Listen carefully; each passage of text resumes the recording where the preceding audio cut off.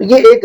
انعام باری تعالیٰ ہے، اللہ تعالیٰ کی طرف سے ایک انعام ہے۔ اگرچہ آپ کے پاس مال نہیں ہے، اسباب نہیں ہے جن کی بنیاد پر آپ سفر کر کے حج ادا کر سکیں، اللہ پاک نے آپ کو اس پر جو ہے وہ حج کا ثواب عطا فرمایا ہے۔ اب یہ بات ذہن نشین رکھیں کہ اس کا یہ مطلب نہیں ہے کہ اس بندے کا حج ادا یہ ہے کہ جمعے کے دن کو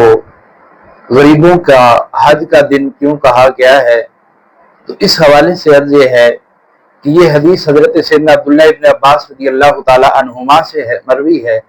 جن میں سے بعض روایات کے اندر ہے الجمعۃ حج المساکین، اور بعض روایات میں ہے الجمعۃ حج الفقراء۔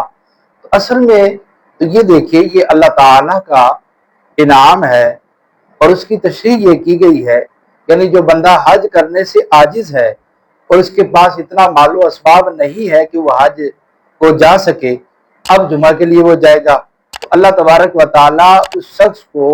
حج کا ثواب عطا فرمائے گا۔ اصل اس میں یہ اللہ تعالیٰ کا انعام ہے، کوئی یوں نہیں کہیں گے کہ اس میں کوئی جمعہ کے لیے جانے کی وجہ سے کہ حج میں بھی افراد جو ہے وہ جمع ہوتے ہیں، جمعہ میں بھی افراد جمع ہوتے ہیں، حج میں بھی جو ہے وہ چل کر جانا پڑتا ہے کہیں، تو جمعہ میں بھی جو ہے وہ چل کر جانا پڑتا ہے، ان بنیادوں پر نہیں ہے، بلکہ جیسے والدین کے چہرے دیکھنے کے حوالے سے فرمایا کہ اس پر اللہ تبارک و تعالیٰ جو ہے وہ محبت کے ساتھ اگر کوئی دیکھے تو حج مبرور کا ثواب عطا فرماتا ہے،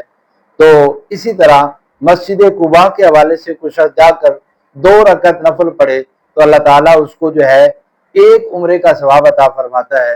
اور امور کے اوپر حج و عمرہ کے ثواب مختلف چیزوں پر ثواب جو ہے وہ بیان کیے گئے ہیں۔ تو یہ سارے کے سارے انعامات باری تعالیٰ ہیں، اللہ پاک کی طرف سے انعامات جو ہے وہ کیے گئے ہیں۔ مثلا کسی غریب شخص کا جو ہے وہ دل بھر آیا کہ فلاں مالدار جو ہے اس نے حج کیا، اس کو تو حج کا ثواب مل گیا، میں حج کے لیے نہیں جا سکتا، تو مجھے حج کا ثواب کیسے ملے؟ تو مقصد جو ہے وہ کیا ہو، ثواب کا حصول ہو، ثواب کا حاصل کرنا ہو، سفر نہیں، سفر کی لذات کو میں حاصل کروں، ان چیزوں کی لذتوں کو وہ ایک جو ہے وہ پھر الگ چیز ہو جائے گی۔ اصل یہ ہے کہ آپ کا مقصد حج کا ثواب ہے، تو کسی کو حج کرتے ہوئے دیکھا، دل میں یہ تمنا پیدا ہوئی کہ کاش میرے پاس بھی اتنا مال و اسباب ہوتا کہ میں جو ہے وہ حج ادا کرتا، اب وہ جمعہ ادا کیا، جو عاجز آ گیا حج کرنے سے، جو حج کرنے سے جو بندہ عاجز آ گیا، تو اللہ پاک اس شخص کو حج کا ثواب عطا فرمائے گا جمعہ پڑھنے کی وجہ سے۔ تو یہ ایک انعام باری تعالیٰ ہے، اللہ تعالیٰ کی طرف سے ایک انعام ہے، اگرچہ آپ کے پاس مال نہیں ہے، اسباب نہیں ہے جن کی بنیاد پر آپ سفر کر کے حج ادا کر سکیں، اللہ پاک نے آپ کو اس پر جو ہے وہ حج کا ثواب عطا فرمایا ہے۔ اب یہ بات ذہن نشین رکھیں کہ اس کا یہ مطلب نہیں ہے کہ اس بندے کا حج ہی ادا ہو جائے گا،